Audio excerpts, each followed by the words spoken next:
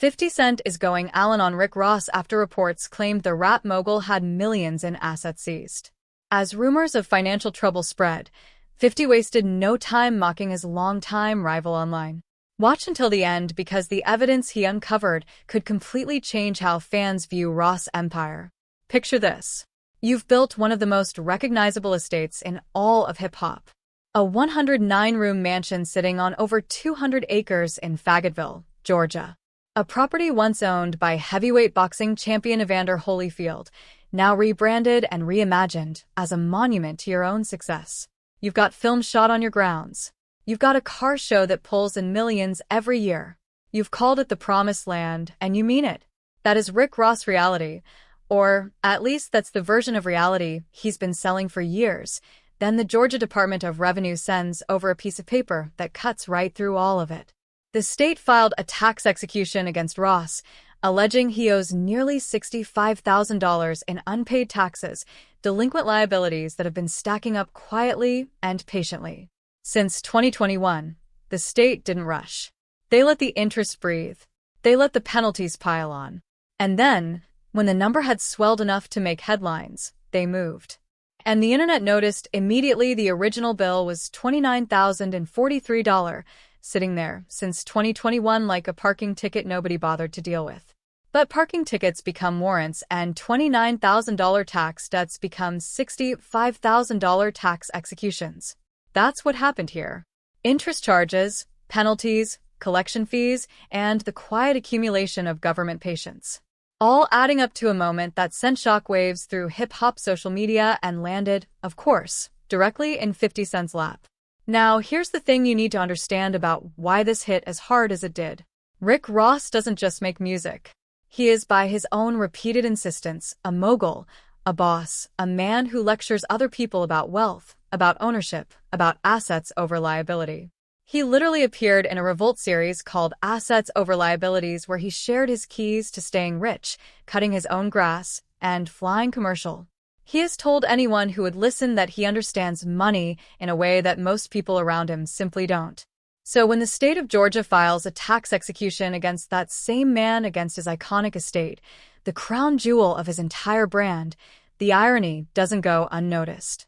The irony of Ross' estate being called the Promised Land, while it sits at the center of his latest financial storm, was not lost on anyone online.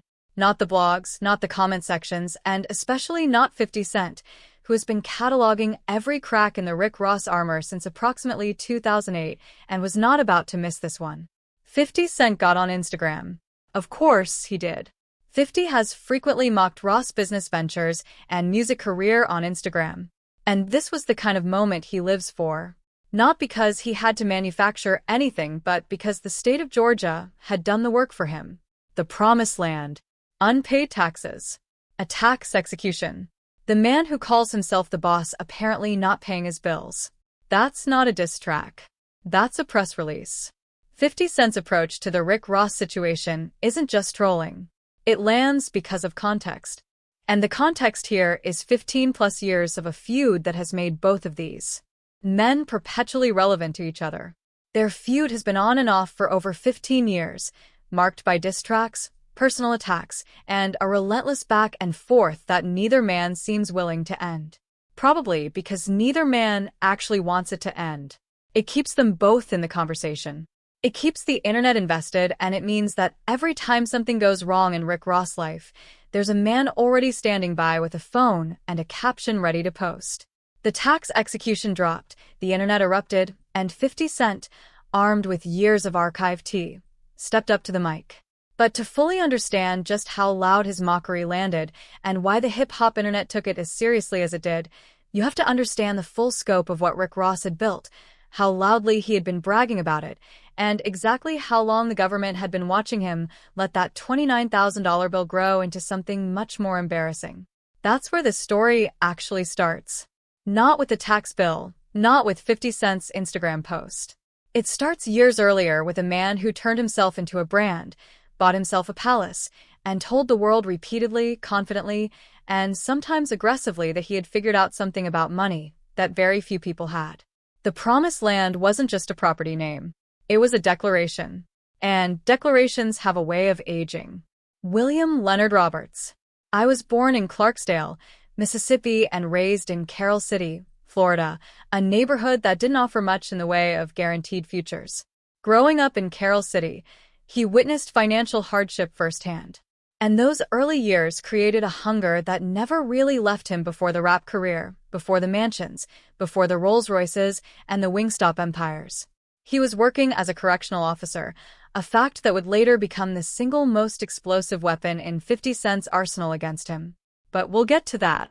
What matters first is the trajectory, because the rise of Rick Ross is genuinely one of the more remarkable stories in hip-hop business history. His debut single, Hustling, sparked a bidding war among major labels in 2006, and he ultimately signed a multi-million-dollar deal with Def Jam Records under Jay-Z. His debut album, Port of Miami, debuted at #1 on the Billboard 200 immediately. Not a slow burn, not a cult classic. #1, out of the gate, first album. That kind of entrance buys you a lot of confidence, and Ross wore every ounce of it. From that moment forward, the music was almost secondary to the brand construction happening around it. Ross didn't just want to be a rapper who was rich. He wanted to be a businessman who happened to rap. He founded Maybach Music Group in 2009, building a label that would house artists like Meek Mill and Wall, generating revenue streams that had nothing to do with his own album cycles. The label wasn't just a creative outlet. It was infrastructure. It was equity. It was the kind of ownership that turns artists into executives. The business moves didn't stop at music. Not even close. One of Ross' most celebrated financial decisions was his investment in Wingstop franchises. He eventually owned over 25 locations across the country, with some estimates pushing that number past 30. Chicken wing shops, dozens of them, generating cash flow that doesn't care whether your album charted or not. In 2021, he made headlines for gifting his son a Wingstop franchise for his 16th birthday. A move so on-brand for his entire persona that it felt scripted. Ownership, passive income, legacy. That was the message, and he repeated it constantly. Then there were the spirits deals. Ross became an equity partner in Luke Belaire. Not just a spokesperson, not just a face on a bottle, but an actual owner with a stake in the company's value. He launched Azulito, his own tequila brand, stepping into one of the most profitable celebrity ventures available. His grooming line, built around his signature beard, became a genuine product line with retail traction. Rap Snacks put his face on bags of chips. Everything he touched got a piece of the brand, and every piece of the brand reinforced the same message. This man knows how to make money work for him. The crown jewel of all of it, though, the physical, tangible symbol of everything Ross claimed to represent, was the Promised Land. He purchased Evander Holyfield's former mansion in Fayetteville, Georgia for $5.8 million. And what he got was a 540-square-foot estate. Some accounts call it 109 rooms, sitting on over 200 acres of Georgia land. The estate has been featured in numerous films and generates additional income through production rentals. Scenes from Coming to America were shot there. His annual car show became a multi-million-dollar event hosted on those very grounds. The Promised Land wasn't just a home. It was a revenue-generating asset that happened to be where he slept. And Ross talked about it constantly in interviews, on podcasts, in videos posted from poolside or from inside one of his Rolls-Royces. He would look directly into cameras and explain with the calm confidence of someone who genuinely believed every word that he understood wealth in a way that his peers did not. He went on Patrick B. David's podcast, and when the topic of 50 Cent's finances came up, Ross was not subtle. He dismissed reports of 50 Cent's net worth, suggesting the figure predated 50's bankruptcy filing. He claimed 50 lived in a 2-bedroom apartment. He said, and this is the line that bounced around the internet, that 50 could wash the bottom of my yacht. He offered to buy 50 Cent's masters on camera on social media multiple times. The message was clear. Rick Ross had arrived at a level of financial legitimacy that left 50 Cent, in his view, irrelevant as a comparison. It was a bold declaration from a man standing on top of a 109-room mansion. But declarations made from that height have a long way to fall. And the Georgia Department of Revenue, it turned out, had been keeping receipts. Because here's the thing about the boss persona. It's expensive to maintain. The mansions cost money. Torrin Maintaining multiple estates carries serious costs through property, taxes, insurance, staffing, and general upkeep. The cars depreciate, the parties cost. The lawsuits pile up. And when you've been telling the world you're worth hundreds of millions of dollars, a $29,000 tax debt doesn't feel urgent enough to deal with until the state of Georgia decides it's urgent enough, adds 4 years of interest and penalties to it, and files a tax execution that every blog and hip-hop publishes within 24 hours. The 2025 Georgia tax situation didn't arrive in a vacuum. Rick Ross and the tax authorities have been having this conversation, or more accurately, this one-sided argument for well over a decade. Back in 2012, the IRS made their first major move with a tax lien on his property. That was the opening shot. Not the whole war, just the first volley, a signal that the federal government had taken notice of the gap between the wealth Ross was projecting and the taxes he was paying to reflect it. Then it got bigger, much bigger. By 2016, the situation had escalated significantly, leading Ross to settle an eye-watering $4.6 million bill in 2018 just to keep his assets safe. $4.6 million. That is not a parking ticket. That is not a clerical error. That is years of accumulation. Years of the government watching income flow in and watching the corresponding tax filings not quite add up. And then finally presenting a bill large enough to demand immediate attention. Ross paid it. He kept his assets. And you would think you would reasonably assume that writing a $4.6 million check to the IRS would make a man more careful going forward. But the story didn't end there, as another $1.1 million bill surfaced for the years 2013 and 2014. Even when he thought he was caught up, there was more. This is the pattern of someone who has complex finances, multiple income streams, and critically a lifestyle that requires constant cash out the door. When you're generating money from music royalties, restaurant franchises, liquor equity, real estate rentals, touring, and endorsement deals all at once, keeping the tax clean is not simple. It requires the kind of financial discipline that runs directly against the personality Ross has built an entire career projecting. The business empire, as impressive as it looks from the outside, has also generated its own legal and financial friction over the years. In 2022, the U.S. Department of Labor fined Ross family-owned company, Boss Wings Enterprises, over $100,000 for labor violations at 5 Mississippi locations.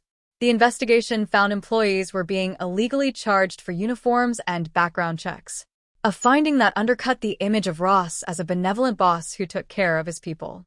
$100,000 in federal fines for how you treat your workers is not a good look for someone whose entire brand is built on the word boss. Then there was the car show lawsuit. After his 2024 Rick Ross car and bike show in Florida, a paraplegic attendee named Darius Strader filed a lawsuit claiming the event lacked promised wheelchair accommodations. The VIP pass holder, who had paid $500 for access, reportedly waited for hours in the summer heat without the accessible shuttles he'd been promised, while thousands of other attendees were transported without issue. Ross denied liability and pushed to have the suit dismissed. But the case added another thread to a growing legal tapestry that was starting to look less like isolated incidents and more like a systemic pattern. Every one of these situations fed a narrative that 50 Cent had been trying to establish for years, that the Rick Ross who existed on camera poolside and bearded and surrounded by luxury was a performance, that the numbers behind the curtain told a different story. 50 didn't need to make things up. He just needed to keep pointing at what was already there. And what was already there by 2025 was a tax execution filed against the promised land itself, the physical monument to everything Ross claimed to be. What started as a $29,043 bill back in 2021 had snowballed into a $65,000 debt. By the time Georgia filed for execution, the breakdown is almost poetic in its specificity. Interest charges of $10,576, penalties of $19,516.80, collection fees of $5.88, and assorted other expenses, pushing the total to $64,995.21. These are not the numbers of a man who is broke. They're the numbers of a man who is careless, or who got bad advice, or who assumed that a debt this small relative to his stated wealth didn't require immediate attention. Any of those explanations is possible. All of them are damaging to the brand, because here's the math problem Ross couldn't solve publicly. He had been on camera claiming his net worth ran into the hundreds of millions. He'd said he spent $100 million in 6 months at one point. $70 million of that reportedly between a home and a private jet. He'd laughed at 50 Cent's reported net worth. He'd offered to buy 50's masters, and then the state of Georgia filed a tax execution for $65,000 that he apparently hadn't gotten around to resolving $65,000 against someone who claims to have spent $70 million on a house and a jet. The optics were terrible, and the internet treated them accordingly. The blogs ran it. The comment sections exploded. Twitter or X, depending on how you're keeping score, went in, and 50 Cent, who's been treating the Rick Ross feud as a long-term content strategy since the Obama administration saw his opening and walked through it with the confidence of a man who had been waiting a long time for exactly this moment. Because this wasn't just a tax debt. This was the promised land. Rick Ross' most prized possession, his most expensive brag, the physical embodiment of his entire "I got more than you" argument, now legally entangled with a government debt he hadn't bothered to pay. That's not just an L. That's a specific, targeted, perfectly shaped L that fits like a key into every lock 50 had been building for 15 years. To understand why 50 Cent's response to the tax situation landed the way it did, you have to understand who 50 Cent actually is in this dynamic. He's not just a rival rapper. He's not just someone with a grudge. 50 Cent is, by any honest accounting of his career over the last decade, one of the most gifted trolls in the history of social media. Not in a pejorative sense, in a genuinely skilled, tactically precise, relentlessly consistent sense. He understands that attention is currency, that controversy generates engagement, and that keeping an enemy relevant keeps you relevant. The Rick Ross feud isn't a distraction from 50's career, it is a pillar of it. The feud traces back to 2008, sparked by a perceived slight at the BET Awards at the time. 50 was at the height of gun-it dominance. Fresh off one of the best-selling rap debut albums in history, running with Dr. Dre and Eminem, culturally bulletproof. Ross, who had just arrived with Port of Miami, was still establishing himself. The look 50 allegedly gave him at the BET Awards, dismissive, unbothered, was the match. What followed was 15-plus years of gasoline. 50 went after Ross' identity. First, the Officer Ricky campaign, where he relentlessly mocked Ross' past as a correctional officer, contrasting it with the street kingpin persona Ross was selling in his music, was a masterclass in targeted character assassination. 50 posted multiple pictures of Ross in his police uniform, circulated documents, went on radio shows. Filing showing that the man who just offered to buy his masters hadn't paid a 5-figure tax bill on his most famous property for 4 years. The mockery that followed was by 50 standard surgical. 50 has frequently mocked Ross' business ventures and music career on Instagram, but this was different. This was 50 being handed ammunition. He didn't have to fabricate, shape, or exaggerate. The story was already fully formed. He just had to point at it. And the hip-hop internet, which had watched these two men go back and forth for the better part of 2 decades, erupted. Because the timing was so perfect, it almost felt staged. Ross had just been on a podcast laughing at 50's net worth. He'd just threatened to buy 50's masters. He just called himself the boss again in the context of a feud about who had actually figured out money. And then Georgia showed up to his front door with a tax execution. The punchline wrote itself. 50 Cent. Just read it out loud. So after all of it, the tax execution, the Instagram wars, the podcast appearances, the masters threats, the Millennium Tour flyer, the car show lawsuits, the labor violations. What does the actual financial picture of Rick Ross look like in 2025 and into 2026? Because the question underneath all of 50 Cent's mockery, the question that gives his trolling its teeth, is a real one. Is the boss actually bossing, or has the gap between the persona and the reality been growing quietly for years? The honest answer is complicated, which is exactly what makes the story interesting.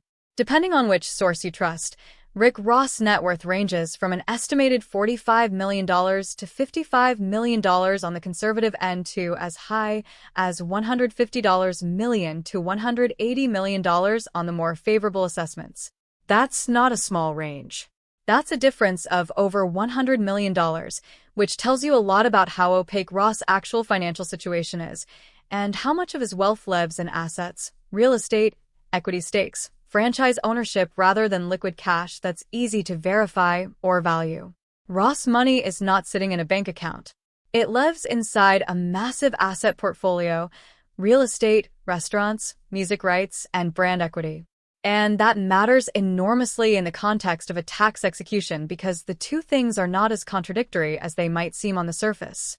A man can own a 109-room Georgia estate worth millions, hold equity in a spirits company, run over 24 fast food franchises, and still have a cash flow problem specific enough to create a delinquent five-figure. Tax obligation, assets, and liquidity are different things. Net worth on paper and money available to cut a check today are not the same number. But that nuance doesn't play well on Instagram, and it certainly doesn't protect you from 50 Cent, who has never once let nuance slow down a good troll. What plays on Instagram is the image of the promised land. This enormous, legendary, personally branded estate that Ross has used as a backdrop for his entire mogul identity, now sitting at the center of a tax execution filed by the state of Georgia. The symbolism is overwhelming. The promised land mortgaged by delinquent taxes. The biggest boss behind on his bills. The man who offered to buy your masters apparently not paying his own property taxes. Ross, for his part, also made a move that complicated the financial picture further. He put his Southwest Ranches, Florida mansion on the market for $6.5 million in late 2025. The property, a 140 feet 6-bedroom estate in a gated community, had been purchased from former NBA star Amar'e Stoudemire for $3.5 million. The $6.5 million asking price represents nearly double what he paid, suggesting genuine appreciation and smart real estate positioning. His camp framed the sale as a strategic pivot, consolidating around his Georgia compound while freeing capital for new ventures, including a cryptocurrency platform called BitFortune he co-launched with Gamma. So the narrative Ross was trying to build was one of active strategic wealth management, selling assets he no longer needed, deploying capital into emerging sectors, treating real estate as a liquid instrument rather than a trophy. He also announced his upcoming solo album Set in Stone in late 2025, suggesting he had no intention of pulling back from the spotlight or from the music industry. In Ross telling, he was evolving, not struggling. He was making moves, not retreating. The tax situation was a footnote, not the headline. But 50 Cent and the comment sections and the blogs and the social media accounts that follow this feud with the dedication of sports fans was not interested in Ross framing. 50's comments about Ross' massive estate and financial situation had already gotten back to Rose, prompting retaliation. But this time, the retaliation felt hollow in a way previous rounds hadn't. When Ross was throwing shade at 50 from a position of apparent financial strength, the back and forth felt competitive. When he was doing it while owing the state of Georgia $65,000 on the estate he was throwing shade from, the dynamic shifted and the broader hip-hop internet picked up on that shift. The Rick Ross and 50 Cent feud isn't just gossip. It's a reflection of hip-hop's competitive spirit, and both artists have used their rivalry to fuel their brands over the years. But brands need credibility to function, and credibility is exactly what a tax execution chips away at. Ross' brand is built on a very specific promise that he understands money, that he's ahead of the game, that he's the boss in a literal financial sense, not just a musical one. Every crack in that promise is a point for the other side.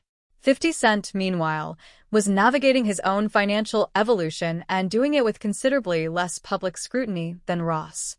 50 reportedly filed for bankruptcy in 2015 after several financial setbacks, a fact Ross regularly deployed as ammunition. But the bankruptcy paradoxically became part of 50's story rather than the end of it. He emerged from it with Power on Stars, a growing TV production empire through Gannett Film and Television, and a reputation for being more financially strategic than his image suggested. His net worth by most estimates sits around $100 million and by some measures growing. The question of who has won the financial argument between these two men is genuinely unanswerable because both of them exist in a world where perception and reality blur constantly and where the public financial information available is almost never the full picture. What is clear is that their ongoing back and forth keeps both artists in the spotlight, proving that beefs are as much about marketing as they are about personal grudges. Every round of this feud generates millions of impressions, thousands of articles, and a renewed interest in both of their careers, catalogs, and brands. Neither man is walking away from it anytime soon. What the Georgia tax execution did more than anything else was hand 50 Cent a moment. Not a knockout, not a definitive proof of Ross' financial ruin, just a moment.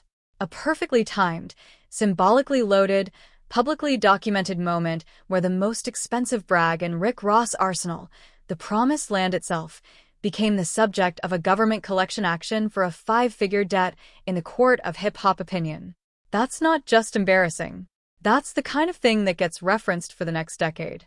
Every time Rick Ross picks up his phone to post about how much money he has. And here's where the story lands in 2025 and into 2026. With both men still very much active, still very much in each other's orbit, and still very much performing for the same audience. Ross announced a new solo album and continued managing his car show empire from the Promised Land, which Georgia's tax execution notwithstanding, remains in his possession. He's selling the Florida mansion, but keeping the Georgia compound. He's launching crypto ventures. He's still posting from poolside. Still throwing shade at 50 Cent. Still insisting that the boss narrative is intact. 50 Cent is still watching. Still posting. Still mocking Ross' business ventures and music career on Instagram. Still waiting for the next crack to appear, because that is the structure of this feud at this point. It doesn't need new incidents to fuel it, because the old incidents keep compounding. The Officer Ricky stuff from 2009 still circulates. The child support financial documents still get referenced. The tax liens from 2012 still get listed when someone writes about Ross' financial history. And now forever, the 2025 Georgia tax execution on the Promised Land joins that archive. Another piece of documentary evidence in 50 Cent's case that the Rick Ross you see on camera is not the full picture. Whether that case holds up, whether the boss is actually broke or just briefly behind on a bill, whether the mogul persona is real or manufactured, whether the empire is solid or leveraged to the hilt. That's a question neither Instagram nor a YouTube comment section can definitively answer. What they can do is keep asking it. And as long as they're asking it, both Rick Ross and 50 Cent stay relevant, stay in the conversation, and stay exactly where they want to be at the center of hip-hop's most durable, most profitable, most genuinely entertaining ongoing argument about who actually has the